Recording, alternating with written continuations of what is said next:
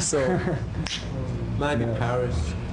There's a studio in Paris which is very similar to the one we passed out to in England, similar to Redbus.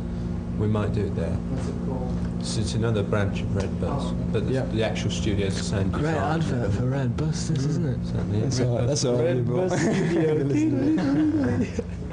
Your album came out at the time New Romanticism was raging in London and in various other cities. People have associated you with that movement. Yes, they've done that, but I mean, it's obvious as soon as they come to see us, or as soon as they buy the record and find out what we're actually doing. But if they do know anything about that movement, they can disassociate us immediately, because we've got so many differences. For a start, we play live. We like going around. We like getting in front of the people who we're trying to reach, rather than just trying to sell them records. And then there's the fashion thing. We know what we're wearing now. We're not particularly kind of I don't know, theatrical looking, are we? Yeah, I think photographic sessions which are very fashionable. Yeah, but I think that the label came about more because the press wanted to find a label to box away sort of selection of bands. That it didn't really have a lot to do with the music. It was more a case of just looking at photographs of the band. We were a new romantic band before anybody had actually heard us. They just took one look at us and seemed to think that we'd fit into that category. But I think the bands that were, you know, in that box about 12 months ago are really starting to grow away from each other now. Like Duran Duran is not just a new romantic band any longer, they're a band to themselves, likewise Spandau Ballet and Ultravox. Do you think these photo sessions you've been doing is important to go with the music? Because at first sight it's not very much related to the music in my eyes. It's not really that important. I mean, the whole business has sort of lacked a lot of glamour over the last 3 or 4 years, certainly in England. I think probably the same over here.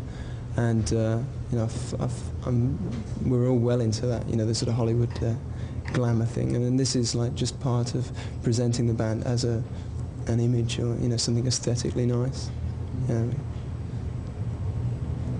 It's also something that's fun to actually do. You know, it's if you don't take a chance and do things like this, then you can just spend your life in like cars and airplanes and hotel rooms and never do anything else. You meet new people, different kind of people doing this kind of thing.